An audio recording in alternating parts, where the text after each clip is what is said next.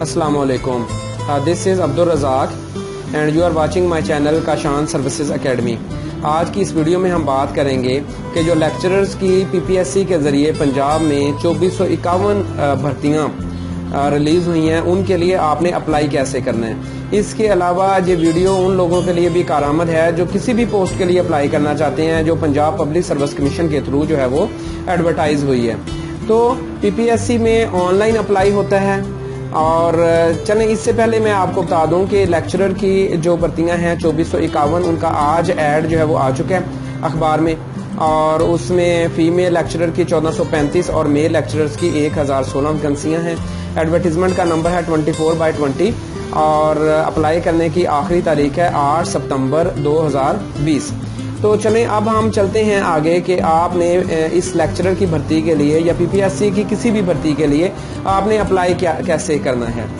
तो फेलोज, सबसे पहले जिस चीज़ का अप्लाई करने से पहले आपने ख्याल रखना है वो है एलिजिबिलिटी क्राइटेरिया। एलिजिबिलिटी क्राइटेरिया से मुराद ये है कि क्या आप उस जॉब के लिए एलिजिबल भी हैं या नहीं। सम टाइम ये होता है कि लोग जाकर बैंक में फीस जमा करवा देते हैं और बाद में ये पता चलता है कि भाई हम तो इसके लिए अहल ही नहीं है। तो वो अहलियत आपने किन चीज़ों की चेक करनी है। नंबर 1, एजुकेशन, कि क्या उसके लिए जो है वो एमए डिमांड है, बीए है या एफए है या मैट्रिक है, क्या आप उस पर पूरा उतरते हैं। दूसरी चीज़ जो है वो एज बहुत इंपॉर्टेंट है। अगर आपकी एज जो है वो क्राइटेरिया के मुताबिक नहीं है तो आप अप्लाई नहीं कर सकेंगे और आपकी फीस जो है वो ज़ाया हो जाएगी।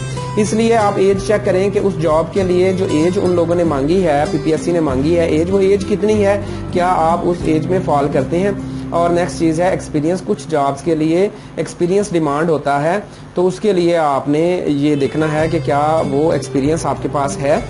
अगर हम लेक्चरर की बात करें तो लेक्चरर के लिए जो एज है मेल्स के लिए वो है 33 और फीमेल्स के लिए एज है 38। लेक्चरर के लिए एजुकेशन है मास्टर, सिंपल मास्टर। जिस सब्जेक्ट में आप अप्लाई करना चाहते हैं उसके लिए मास्टर, उस सब्जेक्ट में आपका मास्टर हो और किसी किस्म का एक्सपीरियंस जो है वो रिक्वायर्ड नहीं है।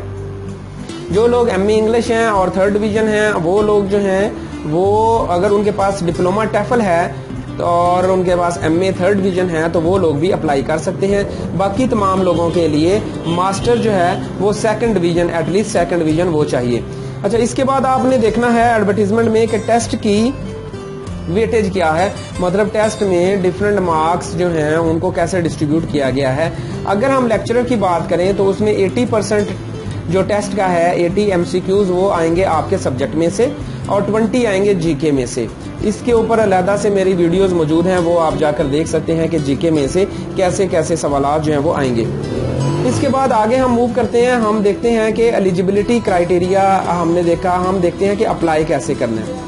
जब भी आप अप्लाई करने के लिए जाएंगे तो जो चीज़ आपको चाहिए सबसे पहले वो है उसका चलान फार्म। आपने चलान फार्म जो है वो लेना है भर्ती के लिए। चलान फार्म जो है वो पीपीएससी की वेबसाइट से आपको मिल जाएगा, तो वो चलान फार्म आपने लेना है और उसकी फ़ीस जो है वो आपने जाकर अप्लाई कर जमा करवानी है बैंक में। उस चलान फार्म की फ़ीस जमा करवाने के लिए आपको जो चीज़ें चाहिए वो पहली चीज़ है एडवर्टीजमेंट नंबर और दूसरी चीज़ है केस नंबर।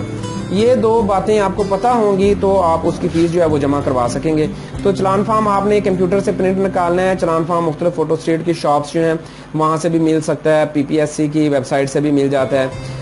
और एडवर्टीजमेंट नंबर आपने देखनी है, मसलन लेक्चरर की जो पोस्ट आई है इसकी एडवर्टीजमेंट नंबर है 24/2020।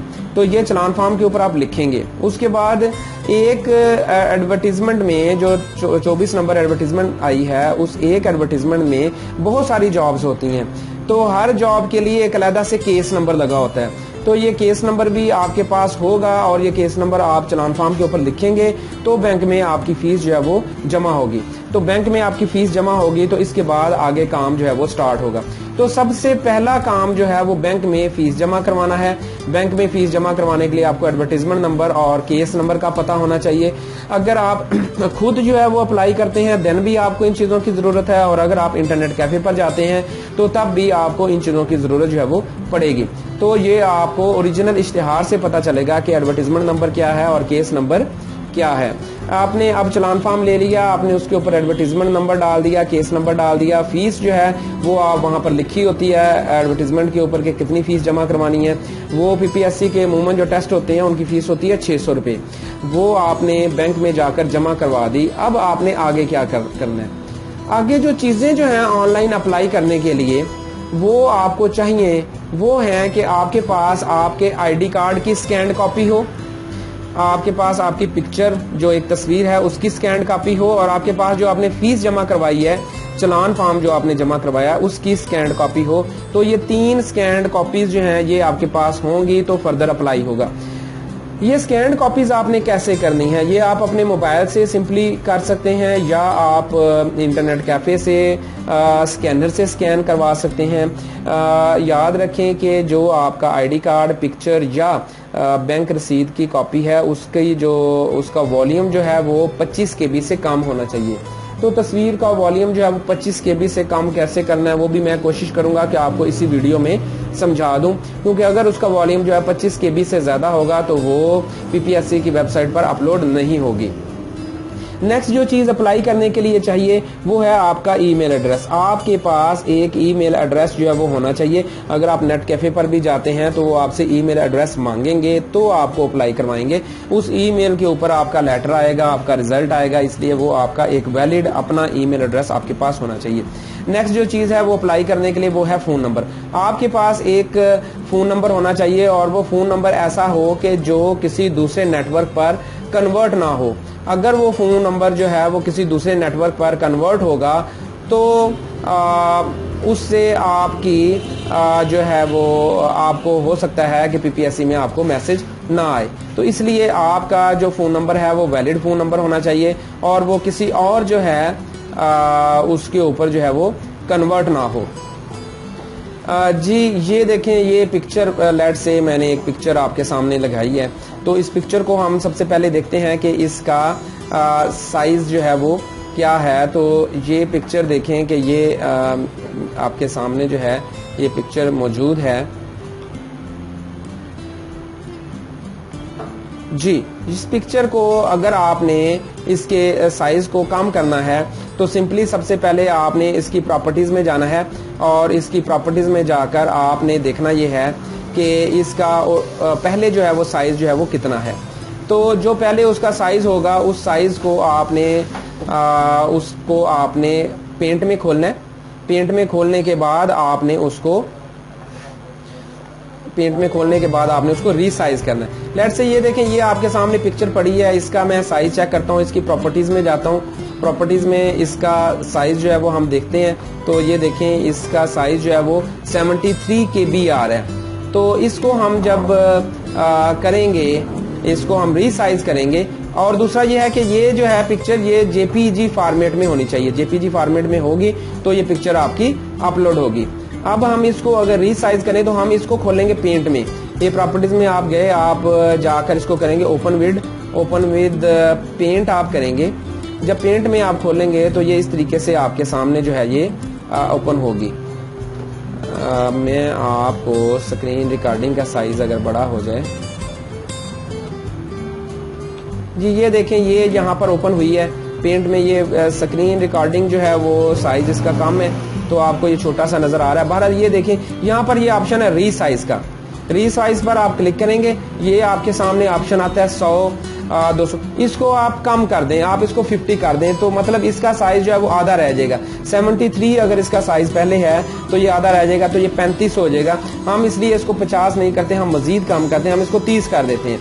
ये जो ही आप इसको 30 करेंगे, ओके करेंगे, तो ये देखें ये साइज ये आपके सामने जो है ये बिल्कुल छोटी हो चुकी है। छोटी होकर ये साइड पर आ चुकी है। तो इसको आप सेव कर लेंगे तो ये आपका साइज जो है वो कम हो गया है। अब हम इसको सेव करते हैं और दोबारा से जाकर अगर हम इसका साइज चेक करते हैं कि इसका साइज अब क्या है, तो ये देखें जी ये आपके सामने मौजूद है स्क्रीन के ऊपर। इसका साइज हम चेक करेंगे।